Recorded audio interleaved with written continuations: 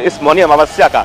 तो क्योंकि इस तरह का हादसा हुआ, कुछ लोग घायल हुए, कुछ अपने परिवार से बिछड़ गए, कुछ लोगों की मृत्यु हो गई, तो इसीलिए साधु संतों ने यह तय किया कि श्रद्धालुओं से अनुरोध कर रहा हूं, आज क्षमता से अधिक भीड़ आ गई है प्रयागराज में। इसे संगम का आग्रह छोड़ दें और अपने अपने निकट वाले घाट पर स्नान करें। पहले प्रयास ये करें कि अभी शिविर से जाने का भी आग्रह न करें। सब लोग अपनी सुरक्षा में रहें, एक दूसरे की सुरक्षा करें। मैं वैष्णव संप्रदाय का सबसे वरिष्ठ धर्माचार्य होने के नाते तीनों अखाड़ों से भी कहूँगा कि आज का अमृत स्नान निरस्त कर दिया जाए। और मैं भी भगवान से प्रार्थना करता हूँ कि सबका मंगल हो। भीड़ को देखते हुए, और यह अपरिसीमित भीड़ है और असंख्य भीड़ होने के कारण मुझे लगता है कि अखाड़ा परिषद का निर्णय हुआ और आचार्यों का निर्णय हुआ कि हम सब आज स्नान नहीं करेंगे। और जनमानस की जो परेशानी है उसको हमें ध्यान में रखना चाहिए और परंपराओं को ध्यान में रखते हुए, क्योंकि भारतीय परंपराओं में संत का जो अस्तित्व है, संत का जो महत्व है, संत का जो कार्य है, वो जनमानस सर्वे भवन्तु सुखिनः सर्वे सन्तु निरामयाः सर्वे भद्राणि पश्यन्तु मा कश्चित् दुःख भाग् भवेत्।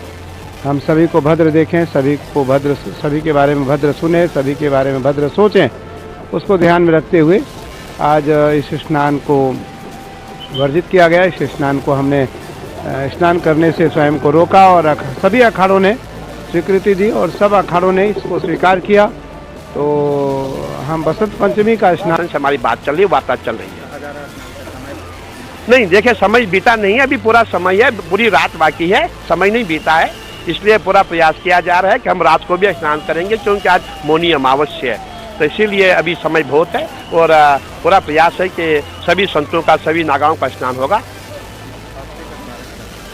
देखिए, हादसे की बात हमें नहीं पता, लेकिन सुबह के समय ऐसा प्रयास किया गया कि हम पूरा ऐसा गलत प्रचार करें कि सभी लोग डर जाएं, और ऐसा ही हुआ। हम सब ने मान लिया। जब सुबह होगी, मीडिया से हमारी बात हुई, सबसे बात हुई, तब पता चला बात कुछ और थी, अफवाहें ज़्यादा थी। इसलिए मैं यही कहूँगा, अफवाहों पे ध्यान मत दें, आप आस्था की डुबकी लगाएं और ज्ञात अज्ञात के जो आपसे पाप हुई उसका प्रायश्चित हो जाएगा।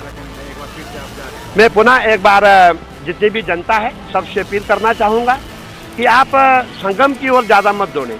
जहाँ भी आपको गंगा जी दिखाई दे रही है वहाँ आप आस्था की डुबकी लगाएं और ज्ञात अज्ञात के जो पाप है उसका प्रायश्चित हो जाएगा। और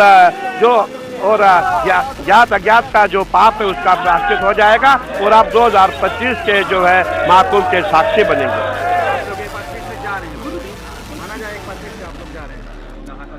बिल्कुल प्रयास किया जा रहा है। मेला प्रशासन से मेरी वार्ता हो रही है, अभी हो सकता है हम स्नान करने जाएं, पूरा प्रयास चल रहा है। करोड़ों लोग इस समय वहाँ मौजूद हैं और इस समय तो अमृत गंगा जमुना की धारा में बह रहा है पूर्णतः, क्योंकि इतना बड़ा क्राउड है वहाँ। जहाँ गंगा है, जमुना है, इस समय संगम पे प्रयागराज में अगर आप कहीं भी स्नान करेंगे तो वो अमृत आपको प्राप्त होगा। भगवती की कृपा, देवताओं की कृपा, ऋषि मुनियों की कृपा आपको वहीं प्राप्त हो जाएगी। तो ये आवश्यकता नहीं है कि आप जाके संगम में ही आपको डुबकी लगानी है। जहाँ भी आपके पास गंगा मैया हो, जमुना मैया हो, आप वहाँ स्नान करें और आराम से आएं। बच्चों का ध्यान रखें। जितनी चिंता आपको अपने बच्चों की है उतनी चिंता हमें भी आपकी है, भगवान को आपकी है। तो इसलिए बी केयरफुल। गंगा मैया, जमुना मैया जहाँ भी है स्नान कीजिए। माँ भगवती आपका कल्याण करे। आप खूब चकाचक ऐसी सनातन कुंभ का आनंद